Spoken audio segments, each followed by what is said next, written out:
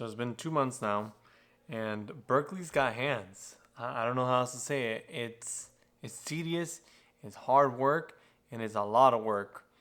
I've officially started the school year, which means that my attention is split into way too many different things. I'm trying to have everything prepared for school and the classes, but I mean, some things are slipping because it's still a lot of work. I have to still, keep up with grades and everything that I'm doing, and I prioritize. Sometimes not very well. Got my first B, and it's my fault, but basically what happened was that there was an assignment that was due, and they said use this article as a reference, and I did. And in my research, I found that the company had been bought out.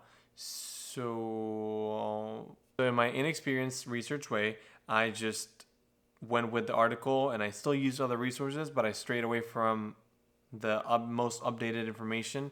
So the professor was like, hey, good paper, but you completely missed and blah, blah, blah, blah, blah. And please, for next time, make sure that you use the most updated data in your papers and stuff. So completely understand. It's still a B, but not. And then I got in my head about it. I'm like, oh, okay, mathematically, like based on the grades, like how will it affect me? Because I'm trying to go for as high as I can. We'll see if that actually ends up happening. We had a group project, and I think that the culmination of multitasking failures and overbooking came to fruition because I went to another school to pick up some instruments and supplies for an orchestra program that's closing, and it took significantly longer than expected. Just the carrying of instruments to and from my car. Unexpectedly, there was music, and I had to, grab it. I'm dripping sweat. It's super hot. They don't have the AC on. I have to. Luckily, there was another director that was there, so he unlocked the gate so that we can get closer to it. Time comes for the group meeting to happen, and it's a Zoom meeting, so I scrambled to get the information up. I'm driving on my way home. I'm like, guys, I promise I want to be part of this group. They're like, hey, are you looking at the rough draft right now? Because we have some questions about blah, blah, blah. So I'm like, I'm shaking at this point because I haven't eaten all day. So I pull into like a drive-through and I park. I'm just like, okay. I pull up the document. I'm like, oh, so what I meant was this. What I'm explaining is that. And sorry, I can't show my face. Sorry, I can't fully interact the way that we're supposed to. But here's what I think. And they're like, oh, that's okay. You already filled out your entire section of the project, so you should be good. The biggest thing that I've learned so far is balance. Or lack thereof, but balance is the key to try to do anything. Whether you're conducting an ensemble, you can have the melody overpowered by the harmony or the low voices, vice versa. With food, you can have acidic flavors overpower the meal. You can have salt overpower everything that's happening. And in life, you can't have one thing overpower everything else.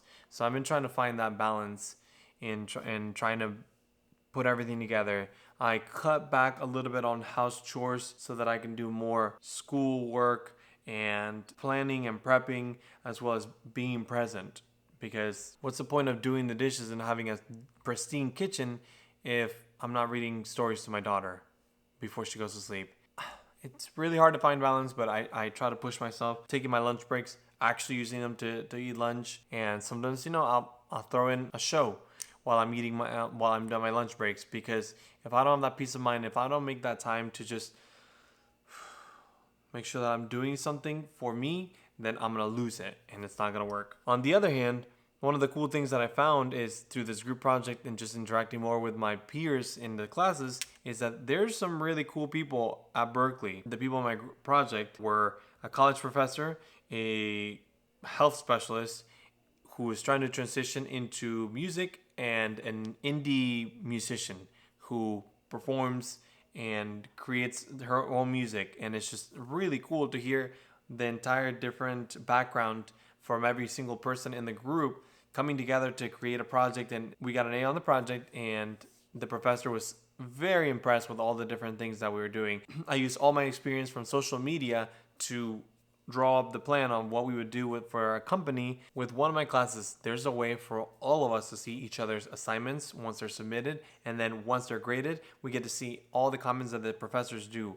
So I'm not trying to be nosy about it, but I'm looking at their notes, and I have a running note saying the professor does not like this, the professor does not like this in their APA formatting, and just have something in mind so that when I finish my work, I look back and it's like, did I do this? Did I do that? Because he really does not like, he's very picky, and I like that because it just pushes me to try to be better. It's crazy to think that in my undergrad, there is one paper that we had to do for music history that was supposed to be 10 pages long, and the professor was like really talking all about it, blah, blah, blah, blah, blah, blah. And somehow, I mean, I'm only going to say this because I'm trying to be more honest with my audience and the people that I talk to, because we're having a conversation right now. But I did not do that paper. I don't know how.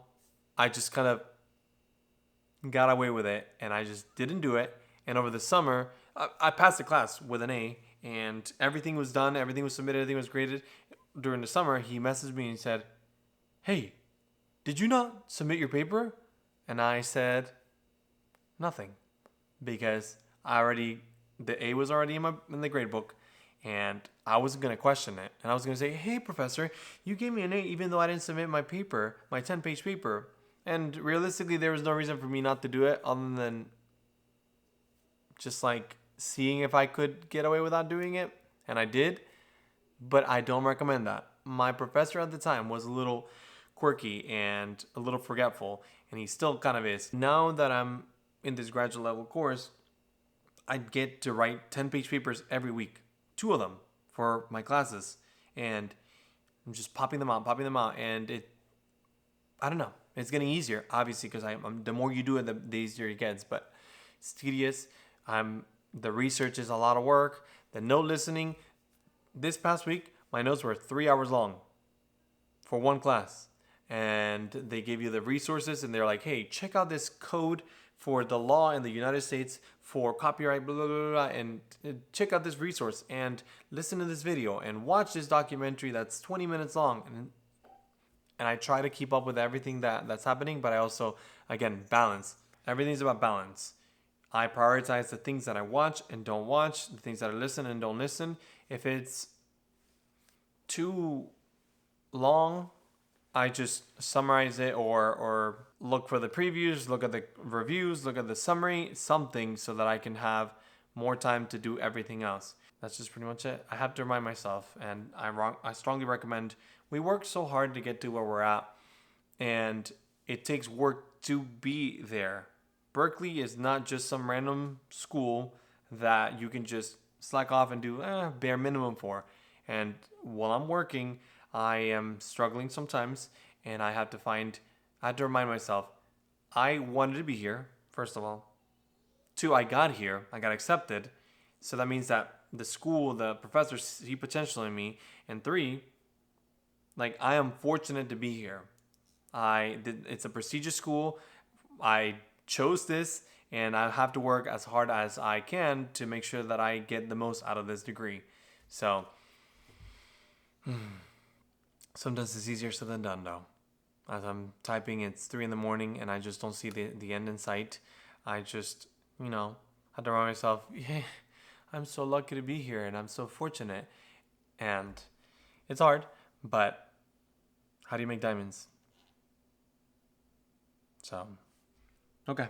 That's pretty much it.